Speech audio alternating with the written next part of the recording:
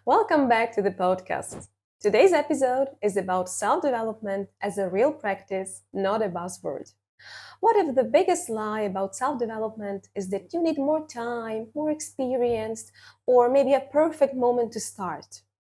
So today's guest is someone you're going to love, Diana.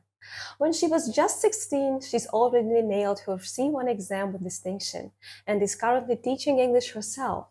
Pretty impressive, right?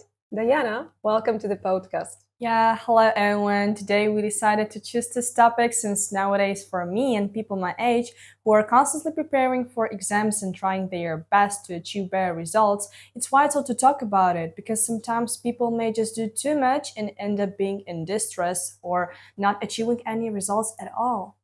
So, in this conversation, we'll talk about habits, mindset, consistency, and what self development can look like at a young age, but also why age might not matter as much as we think.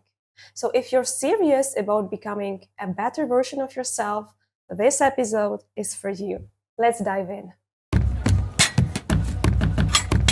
When we talk about self development, it's usually framed as something unquestionably positive. Improve yourself, fix what's wrong, become better. But very rarely do we stop and ask why we want to change and what's actually driving the desire. So let's start with this question. When does self development help us grow, and when does it quietly turn against us? Well, self development is always good, no matter in which perspective you're moving, though sometimes people enhance themselves or their skills just because of the feeling of shame or just not accepting who they are. Enhance means to improve something by making it better, stronger, or more attractive. Such problem occurs relatively often, and sadly, it might escalate into hatred, despising your own nature. Under this goal of becoming perfect or better, people may lose themselves in this abundance of thoughts. Despise means to strongly dislike someone or something, often with a sense of deep disrespect. But how can someone recognize the difference between healthy self improvement and harmful pressure? Well, people often confuse actually growth mindsets and toxic productivity, and by this they get either upset or drained really easily. Not gonna lie, I also used to take toxic productivity as a growth mindset too, but then I got addled by the amount of mistakes which came out as a repercussion, of course. Repercussions are the consequences or effects of an action, usually negative or serious ones, that come after. So, and here is the case. Toxic productivity doesn't come from ambition. It comes from fear, from the very fear that you might be weaker than others, or just this imposter syndrome that you're low-key not doing enough, even though you do. Imposter syndrome means feeling like you're not as good as other people think you are, and worrying that others will find out you're not capable, even though you actually are. Yeah, growth mindset isn't about doing more. It's about doing something. It's about being. It's better to understand one topic brilliantly rather than a lot of topics one-girdly. So you mentioned growth mindset. Let's keep it simple for our listeners.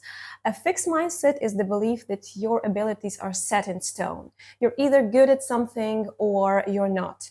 And people with this mindset often avoid challenges because they are afraid to fail. Mistakes feel like proof that you're not good enough.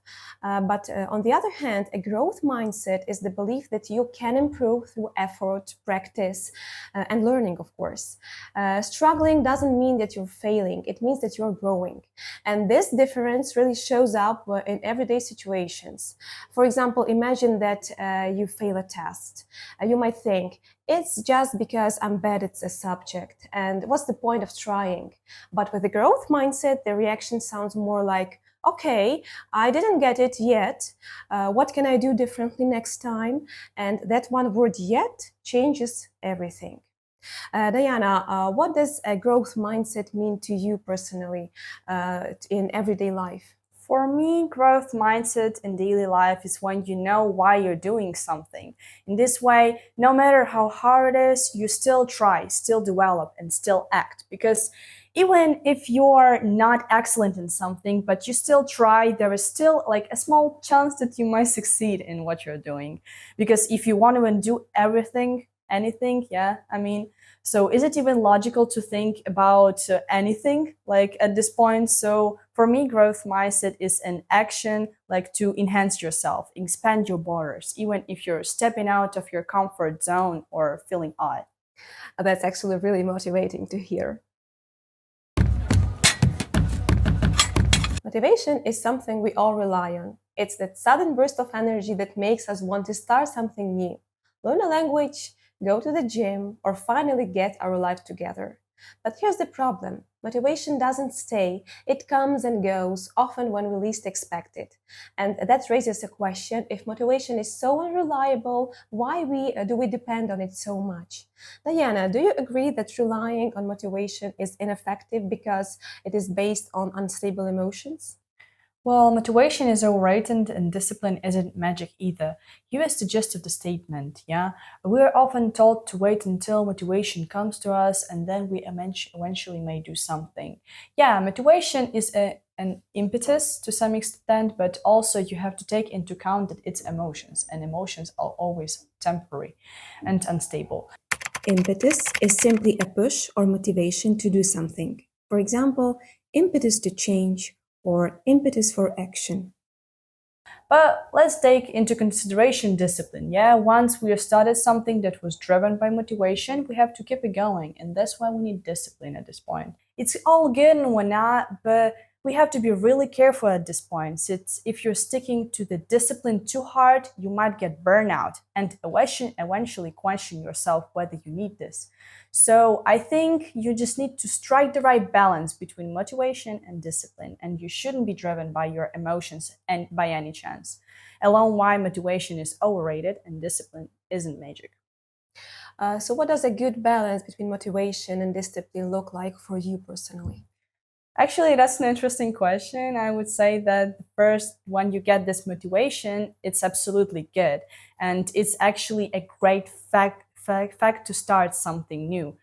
But when it comes to actual action, you don't have to give up and just to keep going. As I said previously, action is key to success. So even if you do small steps to your goal, you still do something. And that's what matters, actually. You know, we have two types of people there. Yeah, the ones that try even with the small starts, endeavor on their journey.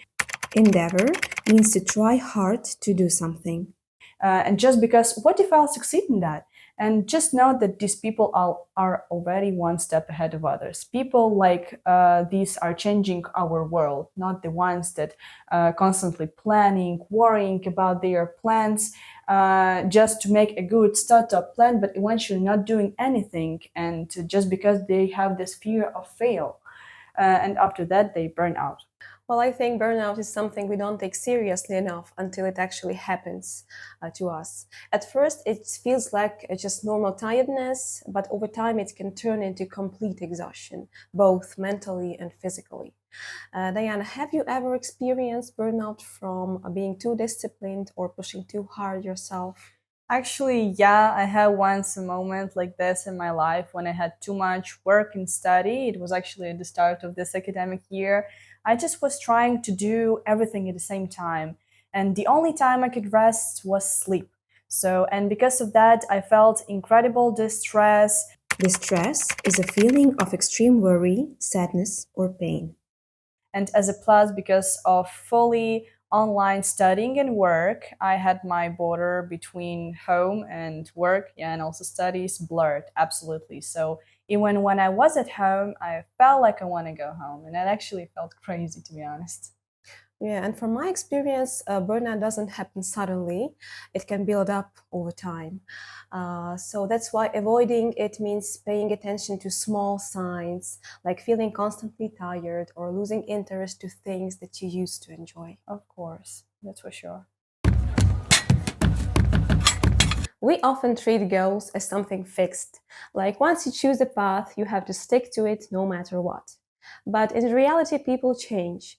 Our interests shift, our priorities evolve, and sometimes what once felt right no longer does. The problem is, many people see this change as failure, especially when it happens in the middle of the process or during burnout. But what if changing your goal isn't a sign of weakness, but a natural part of growth? Diana, do you think that changing your goal is a natural part of personal growth? Yeah, because basically we are all human beings and we tend to change our minds even though we used to think that we decided for sure. Sometimes people get lost once they feel this burnout in their learning curve or in the middle of their path to success. Learning curve means how quickly or slowly someone learns something new over time. And then they might think that this is the breaking point of it. But in reality, this is absolutely normal. What you gotta do is that you should find something else and try to invest into that. But don't fully part yourself from your past. Because your thoughts might be temporary and then suddenly you might feel like going back. So everything depends on the person as well. Diana, have you ever changed an important goal in your life? Maybe a few times I was changing my vision about my future occupation, but I think it is absolutely normal for us to change our minds throughout our lives because we grow and so does our brain, so changing decisions is utterly normal. Yeah, absolutely.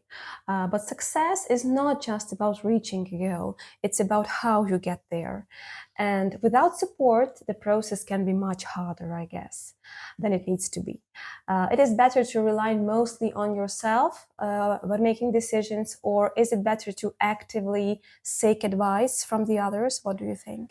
Actually, becoming your own support system, this is one of the last and most unspoken part of success. If you want to reach the heights, you should only rely on yourself.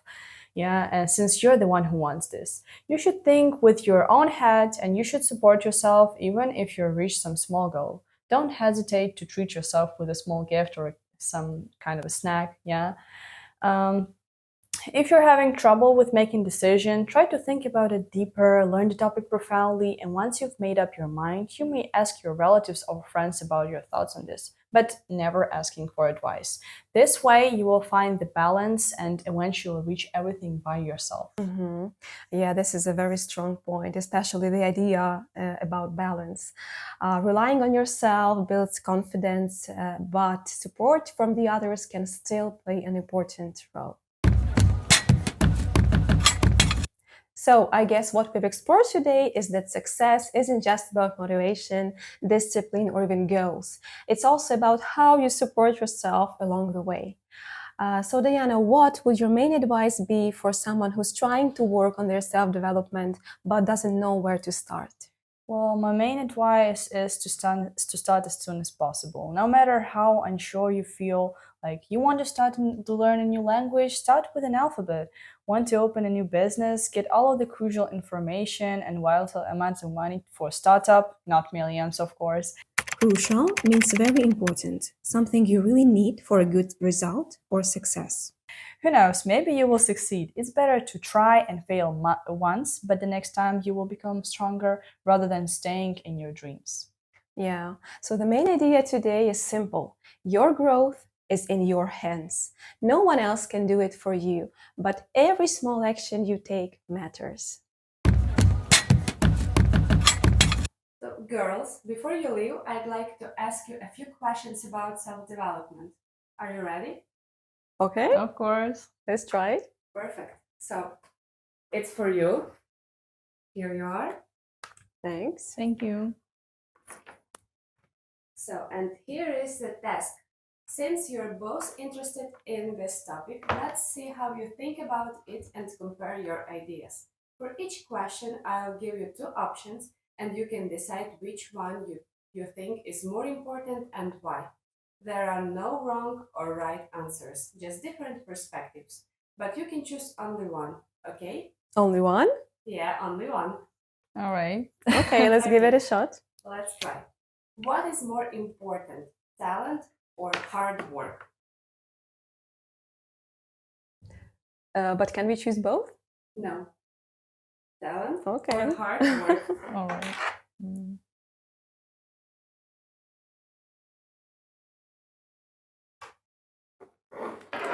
So for me, it's Hard work. hard work. Yeah. For me, talent is very important, I guess, but talent is like, I would say, passive asset. So, Asset means something valuable that helps you or gives you an advantage. If you don't know what to do with it, if you don't work hard, it still stays passive, I would say. So hard work, I guess, is the key. Yeah, I agree. Even if you don't have the aptitude to something, yeah, you don't have the talent, you can still try hard and you might still succeed. So there is still a high percent of chance that you might succeed even if you don't have the talent to it. Okay, here is the next question. What motivates you more, curiosity or pressure? Mhm.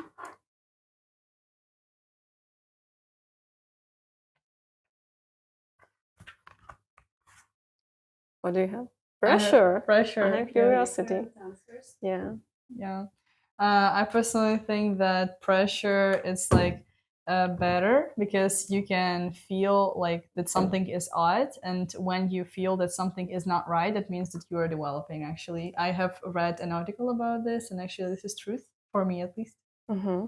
Actually, I see what you mean because pressure means also a lot for me. It also makes me move, makes me act. But thinking about pressure, I can imagine it like something is pushing me. And when I think about curiosity, it's something that is pulling me, probably. And I can also compare it with this carrot and stick approach, where pressure is a stick and curiosity is a carrot. So this is what makes me move more, I would say. I get it. Okay, the next one.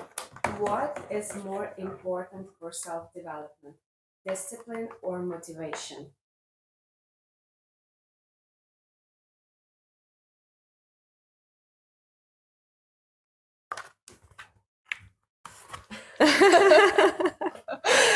Okay. Okay.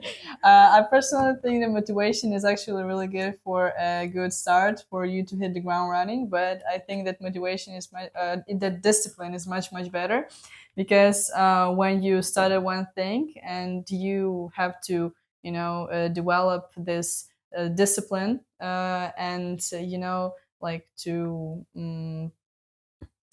align your life with your goal. So I think that discipline is much better because in this way you can actually reach something because motivation is something temporary because it's a feeling. Yeah, that makes sense. And actually, it was difficult for me to choose because I also think that discipline can be the key sometimes. But if I think of discipline, it makes me think of pressure, probably. So if I had to choose, I would probably go for motivation because it's more about inspiration for me personally. Which is more effective, planning carefully or taking action quickly?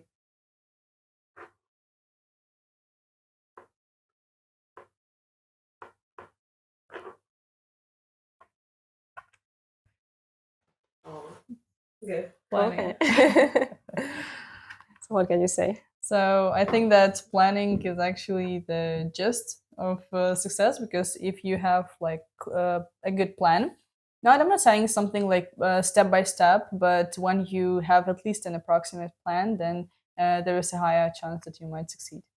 I agree absolutely here. And it makes me even feel calm when I have a plan. And it's easier for me to track the progress when I plan Of course. in advance. Okay, the next one. Which matters more, setting big goals or building small habits?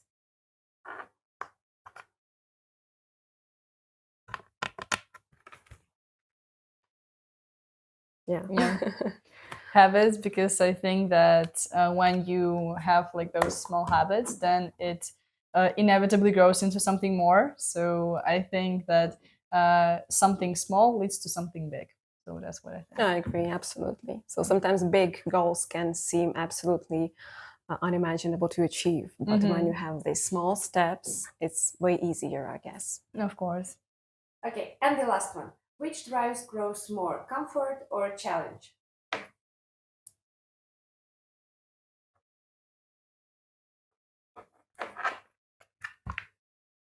Challenge. Definitely.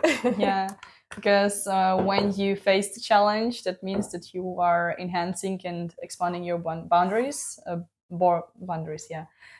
Because in this way you try out something new and you challenge yourself. Absolutely. And facing a challenge always means moving outside your comfort zone, which leads to development. Always. Of course. Thank you. You're welcome. Thank you. Thank you, Diana, for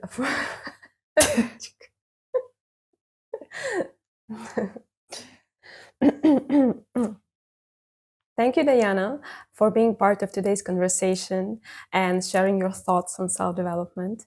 It was really interesting to listen to your perspective and to compare ideas. And I really appreciate your openness and your thoughts. Yeah, no problem. And it was a lovely talk, and I loved it really. So thank you for this opportunity to take part in this podcast. So that's all for today's episode. Thanks for listening and being part of the conversation. If you enjoyed it, feel free to leave a comment, share it with a friend, and subscribe so you don't miss the next one. Take care, keep growing, and see you next time. Bye. Bye bye.